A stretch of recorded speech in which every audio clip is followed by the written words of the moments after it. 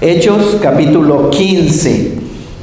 Si ustedes recordarán, pues hemos venido avanzando el capítulo 14, eventos que han sucedido, sobre todo con el apóstol Pablo, recuerdan, y Bernabé, y un joven llamado Marcos. Seguían predicando el evangelio. El versículo 21 del capítulo 14, si recuerdan, Hechos 14, 21, después de anunciar el evangelio a aquella ciudad y de hacer muchos discípulos, volvieron a Listra, a Iconio y Antioquía, confirmando los ánimos de los discípulos. Y el versículo 22, confirmando los ánimos de los discípulos, les exhortaban a que permaneciesen en la fe y les decían: es necesario que a través de muchas tribulaciones entremos en el reino de Dios. ¿Y qué hicieron en esos grupos que iba? Dice versículo 23 del capítulo 14, constituyeron ancianos en cada iglesia. El mes pasado vimos otros textos de la Escritura donde lo que el Señor espera de un obispo. Obispo o presbítero presbítero es en el griego, en español es ancianos. Obispo, hermanos, se refiere a esa posición de liderazgo en las iglesias. Y los encomendaron al Señor. Del versículo 24 pasaron, dice, por Pisidia, vinieron a Panfilia y habiendo predicado la palabra, descendieron a Atalia. De allí navegaron a Antioquía, donde habían sido encomendados. Recuerdan, de ahí los habían enviado. Versículo 22, y habiendo llegado y reunido a la iglesia, entonces les platicaron a la iglesia, les contaron, dice, refirieron cuán grandes cosas había hecho Dios con ellos y cómo había abierto la puerta de la fe a los gentiles, es decir, a nosotros, recuerdan, los que no somos judíos, y se quedaron allí mucho tiempo con los discípulos. Qué interesante, hermanos, porque dice que ellos le platicaron a los hermanos, dice, cuán grandes cosas había hecho Dios con ellos. Si van al capítulo 14, hacia atrás, el versículo 19, hermanos, miren lo que sucedió con Pablo. Entonces vinieron unos judíos de Antioquía y Iconio que persuadieron a la multitud, y habiendo apedreado a Pablo, le arrastraron fuera de la ciudad pensando que estaba muerto. Lo apedrearon, lo dejaron por muerto, es decir, para ellos lo mataron a pedradas. Pero acá dice, les contaron a los hermanos cuán grandes cosas había hecho Dios con ellos. Y uno diría, cuán grandes cosas, si lo mataron, lo agarraron a pedradas y lo mataron por su fe en Cristo Jesús. Bueno, depende de nuestra perspectiva. Si el sufrimiento no es parte de la vida cristiana, entonces Satanás te va a confundir o te puede desanimar. Pero el sufrimiento es parte de la experiencia humana y los hijos de Dios no estamos exentos en lo más mínimo. Es un evangelio pervertido cuando se dice que si aceptas a Jesucristo, tus problemas se acabarán y ahora sí vas a tener todo lo que quieras y nunca vas a tener una humillación, un insulto. Eso es falso evangelio. Pregúntenle a Jesucristo. Cristo es el que predicó el cristianismo, el evangelio de Jesucristo. Y miren su vida, lo que él vivió. Además, Jesucristo cuando sufrió dijo, si al árbol verde hacen estas cosas, ¿qué no harán con las ramas secas? El sufrimiento es parte, hermanos y hermanas, de parecernos más a Jesucristo. Sufrimos por causa de otros seres humanos o de las otras decisiones de otros seres humanos. Podemos sufrir. Sufrimos directamente insultos, menosprecios, injusticias de parte de otros seres humanos. Y sufrimos de cosas como enfermedades, accidentes, despidos, hermanos, que no necesariamente vienen con intención de hacernos daño, pero sufrimos. Y Jesucristo en el libro de Isaías, entre 700 y 800 años antes de que naciera Jesucristo aquí en la tierra, el profeta Isaías 52 y 53, hablaba de Jesucristo. ¿Y saben cómo le llama? Varón de dolores, experimentado en quebranto. ¿A quién le llama? Al Hijo de Dios, a Jesucristo. Nada que ver con el falso evangelio de la prosperidad el día de hoy, que creen que Jesucristo, hermanos, era sumamente rico financieramente hablando. Pueden creer, hermanos, pueden imaginarse de gente cómo tiene que torcer la escritura para llegar a esta conclusión y predicarlo como si fuera verdad. Nada que ver con la realidad. Jesucristo fue el varón de dolores, experimentado en quebrantamiento. Él lo vivió, de manera que el sufrimiento es parte de la vida en esta tierra y del cristianismo. Que no nos sorprenda si crecemos y maduramos y entendemos, damos la gloria al Señor y no hay manera de desanimarnos. Pero si tenemos o si Satanás ha plantado en tu mente un evangelio falso, sobre todo de la prosperidad, cuando lleguen otras cosas difíciles en tu vida, entonces ya te vienes abajo en tu fe, o Satanás te va a tratar de engañar diciendo, tú eres el problema. Mira a los demás cristianos si les va bien, pero a ti Dios no te ama por algo.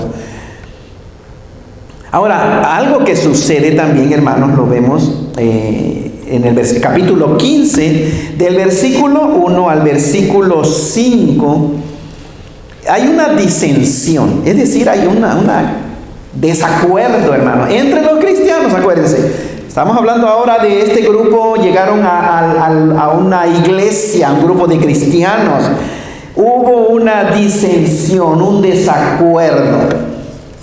Y el asunto, dice la escritura, Hechos 12, entonces algunos que venían de Judea, esto se le llama los judaizantes, venían de la ciudad de Judea, enseñaban a los hermanos, miren lo que enseñaban, si no se circuncidan conforme al rito de Moisés, no pueden ser salvos. Como Pablo y Bernabé tuviesen una discusión y contienda con ellos, hermanos, no pequeña, con ellos, y me gusta la manera tan polite de que la Biblia le pone una contienda no pequeña con ellos, para no decir hubo un pleitazo ahí, hubo una discusión bien grande ahí entre los hermanos Pablo, Bernabé, los discípulos, con los que estaban en Jerusalén, contra este grupo que venía diciendo tal cosa. Si no se circuncidan conforme al rito de Moisés, no pueden ser salvos. Entonces, ¿qué fue lo que se hizo? Dice, se dispuso que subiesen Pablo y Bernabé a Jerusalén, y algunos otros con ellos. Dice, Pablo, Bernabé van a ir con unos otros hermanos a Jerusalén, pero ¿a quién van a consultar? Dice, a los apóstoles y a los ancianos, para tratar esta cuestión. Ellos pues, habiendo sido encaminados por la iglesia, pasaron por Fenicia, Samaria, contando la conversión de los gentiles, y causaba gran gozo a todos los hermanos. Y llegados a Jerusalén, fueron recibidos por la iglesia y los apóstoles y los ancianos, y refirieron todas las cosas que Dios había hecho con ellos. Pero algunos de la secta de los fariseos que habían creído se levantaron diciendo una vez más, es necesario circuncidarlos y mandarles que guarden la ley de Moisés. Ese es el problema que hubo. Esto sucedió, hermanos, en el primer siglo. En el primer siglo, Jesucristo, en el año 33 de nuestra era, acuérdense, Cristo murió, resucitó y se fue unos 15, 20 años tal vez después de que Jesucristo fue llevado al cielo. La iglesia seguía creciendo, pero como era una transición, muchos judíos creyeron que Jesucristo era el Mesías. El problema es que muchos pensaron que el cristianismo era como una extensión del judaísmo y estaban mezclando. Querían a fuerza someter a los gentiles. Los judíos eso era lo que hacían, porque eran judíos. se circuncidaban y se sometían a la ley de Moisés. Pero el problema es, ¿y qué de los que nunca han oído de Moisés? ¿Y qué de los que ni siquiera creen en la circuncisión? ¿Qué vamos a hacer? Un grupo de ellos vino a decir tal cosa, semejante cosa. Ahora, hermanos, todavía no había entendimiento correcto, completo, final de la gracia del nuevo pacto. Hace sentido que esto sucedió. Acuérdense, es el libro de los Hechos. El libro de los Hechos simplemente registra lo que sucedió. No es doctrinal en ese sentido. Por eso no podemos ir a sacar doctrina. ¿Quiere doctrina de la gracia del nuevo pacto para todos, judíos y gentiles? Son las epístolas, las cartas de los apóstoles, en especial las cartas del apóstol Pablo. Pero aquí era transición. Entonces uno pensó eso y no dudamos que detrás de todo está ¿quién? Satanás con esta gente. ¿Por qué? Porque someterse al rito de la circuncisión y guardar la ley de Moisés lleva a la esclavitud nuevamente. Aunque sea cristiano o no sea cristiano, el sometimiento a la ley trae muerte, condenación y culpabilidad a todo aquel que se quiera someter a la ley. Y la gracia del nuevo pacto no trae eso, trae totalmente libertad, esperanza, paz, quita la culpa y la condenación. Eso hace la gracia del Señor. Por eso cuando digo no dudamos quién está detrás de todo esto. Las intenciones solo Dios las sabe. El problema es que al diablo le vale un cacahuate si lo haces con buena intención o con mala intención. Satanás ve la oportunidad para pervertir o adulterar el evangelio de la gracia de Dios. Y estas personas llegaron, si no hacen esto, no son cristianos de verdad. Si no se circuncidan y es conforme al rito de la ley de Moisés, no pueden ser salvos. Vean esa condición, hermanos, para decir, si tú haces esto que te estamos diciendo, aunque no eres judío, pero yo soy judío y esto es lo que yo creo, lo que me ha venido enseñando mi religión judía. Ahora tú, gentil, tienes que someterte a lo que mi religión a lo que me han enseñado de mi religión. Porque si no te sometes, si no haces lo que yo te estoy diciendo que debes hacer, tú no puedes ser salvo. ¿No les parece eso conocido el día de hoy? Que a veces en gente, pues Dios bendiga su corazón, Dios conoce su intención. Pero si tú celebras Navidad, ¿cierto? Si tú celebras o pones un arbolito de Navidad, dudan de tu salvación. Tú no eres buen cristiano o tú no eres cristiano. Otras personas no lo dicen abiertamente, pero mi grupo es el único grupo que tiene la verdad.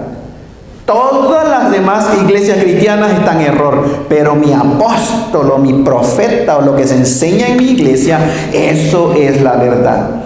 Y andan en la vida con una actitud de, si tú no perteneces a mi grupo, tú no eres salvo, tú no puedes ser cristiano. Actitud salida del infierno, hermanos.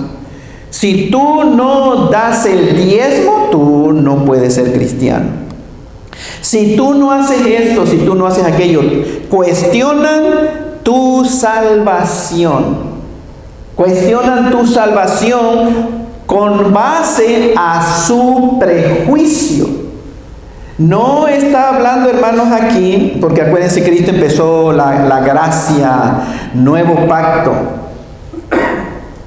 Y ellos llegaron a la conclusión, necesitas someterte a la ley de Moisés, porque el versículo 1 dice, si no te circuncidas conforme al rito de Moisés, no puedes ser salvo. Versículo 5, donde dice que había algunos de la secta de los fariseos que habían creído, se levantaron diciendo, es necesario, vean, es necesario, necesitas hacer esto, circuncidarlos y mandarles que guarden la ley de Moisés. De acuerdo a la gracia de Dios, recuerdan, si los que vienen el último domingo del mes o los que han venido, hermanos, en lo que acabamos de ver en el libro de los Romanos, recuerdan Romanos, adelantito de Hechos, Corintios, Romanos, capítulo 10, la semana pasada, de hecho, Romanos capítulo 10, el versículo 4, hermanos. Os lo voy a leer desde el versículo 1, Romanos 10:1. El apóstol Pablo dice: hermanos, ciertamente el anhelo de mi corazón y mi oración a Dios por Israel, es decir, por los judíos, por los fariseos, es que sean salvos. No dudo por qué habla con tanta pasión, hermanos, el apóstol Pablo, porque aquí en Hechos 15, él sabe lo que el engaño de Satanás puede hacer en una iglesia o puede hacer con el mensaje del cristianismo, del evangelio. Romanos 10 dice: porque yo les doy testimonio de que tienen celo de Dios, pero no conforme a la verdad, no conforme al conocimiento verdadero. Recuerda la semana pasada, hermanos, celosos a morir, pero equivocados.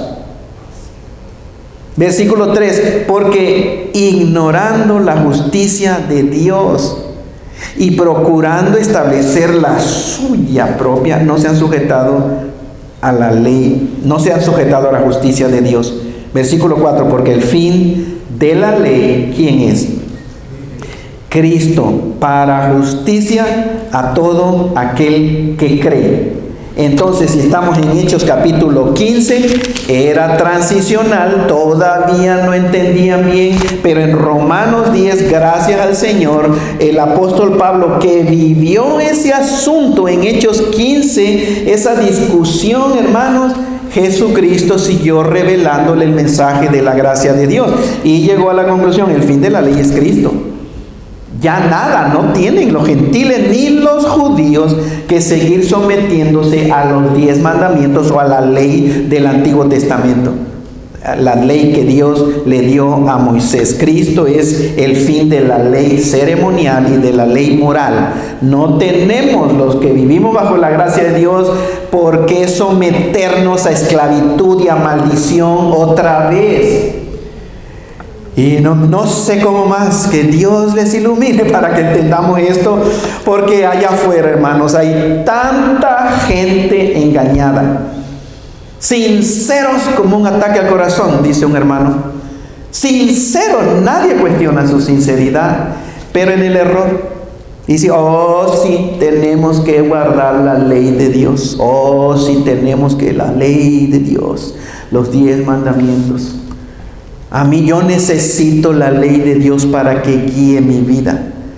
Hermanos, PhD, maestría en teología, y llegando a esa conclusión: oh, yo necesito la ley de Dios para que guíe mi vida. Eso es falso. Tú no necesitas reglas grabadas en piedra. Por eso tuvo que venir un nuevo pacto. Quitaré su corazón de piedra y voy a dar uno de carne. Necesitamos el Espíritu Santo que guíe nuestra vida, no algo, no leyes fuera de nosotros que la vemos: y no matarás, no robarás, no adulterarás. Ok, voy a hacerlo así, Señor. No necesitamos algo que guíe nuestras vidas. Necesitamos alguien que guíe nuestras vidas. Y ese alguien es Jesucristo en la persona del Espíritu Santo de Dios. Ese es el mensaje. Eso sí necesitamos ser guiados, pero no ley. La ley condena, la ley mata, la ley maldice. Te sometes a maldición cuando te sometes a la ley, especialmente a la ley de Dios.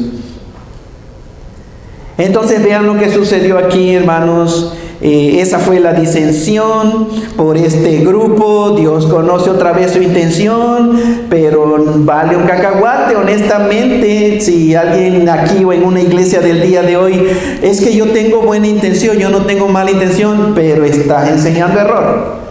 Y la intención no sirve de nada. La buena intención no sirve de nada cuando se está enseñando error. Porque este mensaje, para mí, miren, un capítulo de lo que sucedió y los pasos que se tomaron, porque esto es serio, hermanos.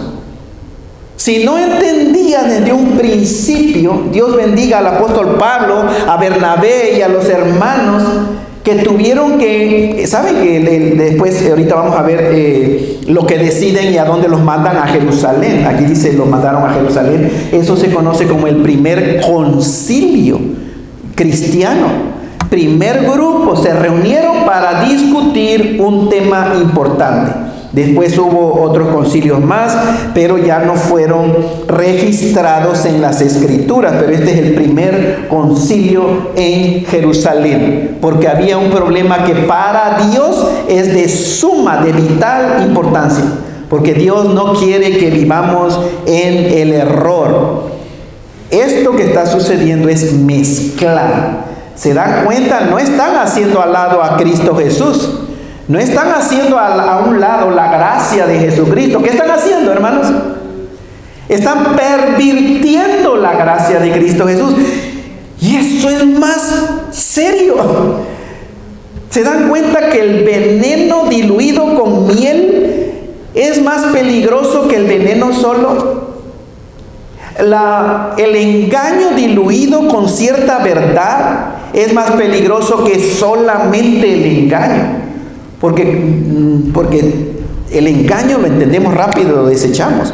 Pero si nos vienen mezclando cierta verdad y sutilmente le meten error, por eso es que mucha gente se traga esas doctrinas falsas, ese evangelio pervertido. Se reunieron y lo que hicieron que fue, bueno, decidieron, vamos a tener que hacer frente a este problema, y los enviaron a la iglesia de Jerusalén. Allá estaban los apóstoles, los 11 que quedaban, hermanos.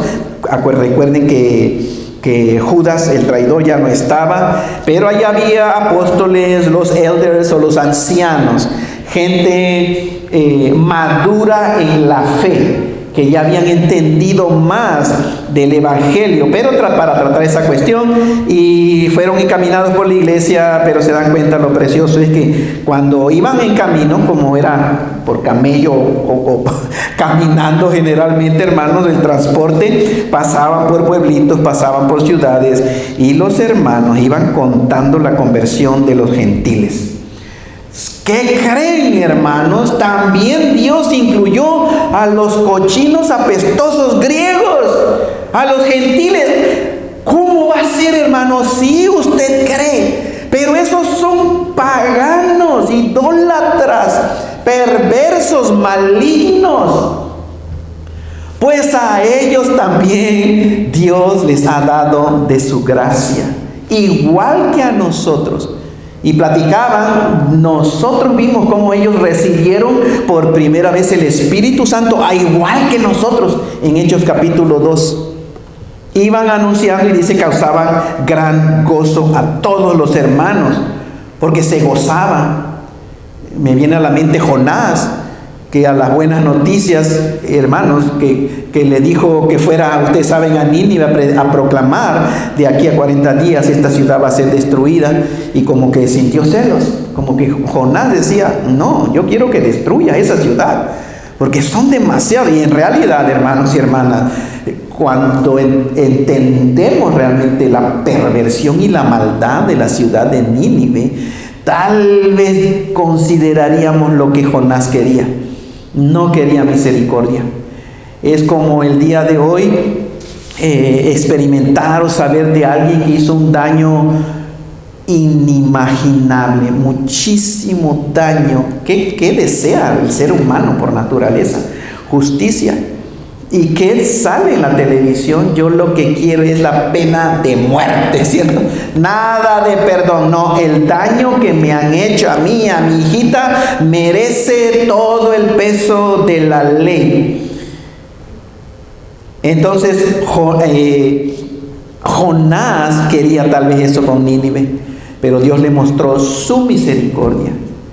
Nosotros vivíamos sin esperanza, sin Cristo, sin Dios, sin nada, hermanos, sin temor de Dios, sin ninguna ley. Por eso cuando hablamos de Nínive y de el tiempo de la gente sin Dios, hermanos, antes de que viniera el evangelio, era una perversión que no podemos concebir. Si hay películas donde han puesto esos bárbaros, esos tipos vikingos, esos salvajes, esos brutos, esos perversos, hermanos, se queda chiquito a la realidad, porque no tenemos idea lo que es el ser humano vivir sin Dios y sin la convicción del Espíritu Santo. Por eso, cuando Jesucristo se lleve a su iglesia, que acuérdense, en un instante eso va a suceder, no hay nada más que esperar. Hoy puede ser, hoy puede suceder el arrebatamiento de todos los hijos, las hijas de Dios. El Espíritu Santo se va a ir, es lo que vemos en la Escritura. Ay de la gente que se quede, hermano. Ay, ay, ay de los humanos que se queden sin la iglesia de Cristo Jesús en el mundo. Si hay una razón por qué el ser humano ateo, evolucionista, el que rechaza el cristianismo, se está refrenando, es por la influencia del cristianismo. El mundo no sabe cuánto le debe a la iglesia de Cristo Jesús. Pero cuando el Espíritu Santo se ha llevado junto con los cristianos, dijera el colombiano, siga nomás, ahí se va a ver, hermanos, la perversión de lo que es el corazón del ser humano. Ay, ay, ay de la gente. Porque va a ser lo peor que se puedan imaginar, pero en vivo y a todo color. Y mucha gente va a sufrir. Sobre todo los que tuvieron oportunidad de arrepentirse y no lo hicieron, hermanos. Porque van a saber de lo que se trata. Si han estado en una iglesia por muchos años, tal vez ya tienen un entendimiento de las cosas futuras, de lo que viene, pero no se han arrepentido, entonces ellos van a vivir lo que es quedarse aquí, hermanos, en la tierra. Bueno, vean versículo 4, cuando llegaron a Jerusalén, fueron recibidos por la iglesia y los apóstoles, los ancianos, y les refirieron las cosas que Dios había hecho con ellos. Y una vez más, pero algunos de la secta de los fariseos, que eran los judaizantes de Judea, sectas de los fariseos, les parece interesante de que son líderes de la religión judía, que habían creído en Jesucristo, se levantaron mezclando la ley a la gracia de Dios. Es necesario que hagan esto de la ley y mandarles que guarden la ley de Moisés. El apóstol Santiago dice que si tú guardas toda la ley, pero violas un punto de la ley, te hiciste transgresor de la ley de Dios. O sea, si quieren ellos, y el problema es que ellos eran unos hipócritas, vivían simplemente, los fariseos, los judaizantes, simplemente trataban de someterse a la ley de Dios todo el tiempo. Por eso es que odiaron a Jesucristo, hermanos, muchos, porque ellos pensaban, yo nunca he adulterado. Para ellos era tener relación sexual con una mujer. Yo nunca he hecho eso, y en realidad físicamente no lo habían hecho. Pero viene este hijo de un carpintero, hijo de fornicación, endemoniado, a decir que si nada más ven a una mujer con malos pensamientos, ya cometieron adulterio con ella. Entonces eso los dejó desarmados, los dejó sin esperanza. Pero Cristo obviamente les vino a revelar el espíritu verdadero de la ley que ellos enseñaban, pero que no habían entendido. Cristo es el que les dio la ley a Moisés. Cristo es el autor de la ley, el que interpreta perfectamente la ley. Y cuando vino, les dijo, no, eso no es nada más el problema. El verdadero significado de la ley es este. ¿Oyeron que fue dicho, no te enojarás, no matarás? Y ellos han dicho, oh, yo nunca he matado, oh, jamás, yo nunca he matado. Cristo les dijo, pero yo les digo que cualquiera que se enoje contra su prójimo ya lo mató, eres reo de ir al infierno. ¿Pueden imaginarse la expresión de esta gente, hermano? Y pueden imaginarse el orgullo tan grande de estar escuchando a Jesucristo, y gente aquí, tal vez todos voltearon a ver al sacerdote, ¿no? ¡Bum! Así, y se quedó como, por esto les daba rabia, porque los estaba exponiendo. Pero Cristo estaba interpretando la ley, el verdadero significado de la ley. ¿Para qué, hermanos? Para matarlos, para condenarlos y para dejarlos sin esperanza en su propia justicia. Por eso los mató a todos, para tener misericordia de todos. tanto de los religiosos judíos como de los cochinos gentiles, hermanos. Que nadie puede guardar la ley de Dios. Nadie puede obtener la presencia de Dios por medio de su comportamiento. Única manera es por medio de recibir el sacrificio de Cristo Jesús. Las buenas noticias.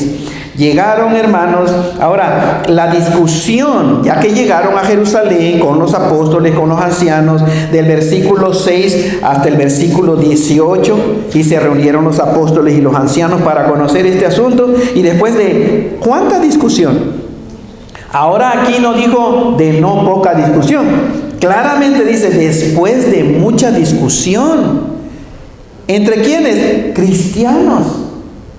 Y alguien dirá, pero ¿por qué están discutiendo? ¿Y qué no son cristianos? Míralos cómo están alterados y hablando fuerte y levantando las manos. ¿Cuál es el problema con discutir? Discutir en la carne es problema. Y no controlar tus emociones en la carne, eso es problema. Pero una discusión es una discusión. Es válido. Y no hay problema si uno pone sus emociones y levanta las manos, ¿cierto? Y si te levantas para discutir algo de suma importancia, vale la pena discutir. No pelear. No estoy hablando de que ya estás maldiciendo al hermano, a la hermana. Discutir, pelear como debe de hacerse. Yo te escucho, dame tu razonamiento. Ahora tú escúchame, yo te doy mi punto de vista. Dice Pedro, entonces después de mucha discusión, el apóstol Pedro se levantó y les dijo: varones hermanos, ustedes saben cómo hace algún tiempo que Dios escogió a los gentiles, que los gentiles oyeran por mi boca la palabra del evangelio y creyesen. Y Dios, que conoce los corazones, les dio testimonio dándoles el Espíritu Santo, lo mismo que a nosotros. Y ninguna diferencia hizo entre nosotros y ellos, entre los judíos y los gentiles, purificando por la fe sus corazones.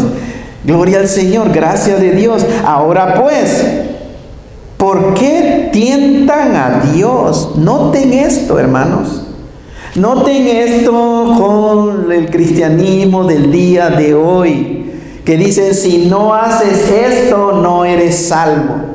Si no te sometes a esto, no puedes ser un buen cristiano. Ahora pues, dice el apóstol Pedro, ¿por qué tientan a Dios?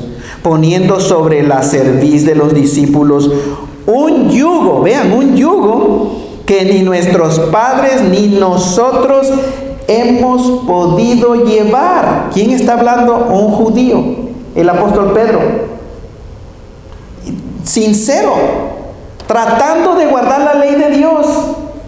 Y aquí ahora está hablando la realidad.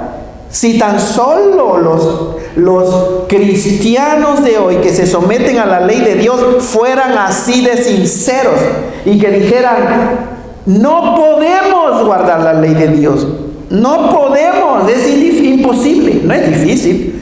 Si alguien dice es difícil guardar la ley de Dios, yo le aplaudo, porque digo: qué bueno, para ti es difícil, para mí es imposible. Porque es imposible en realidad. Y ahora pues dice versículo 10, ¿por qué tientan a Dios?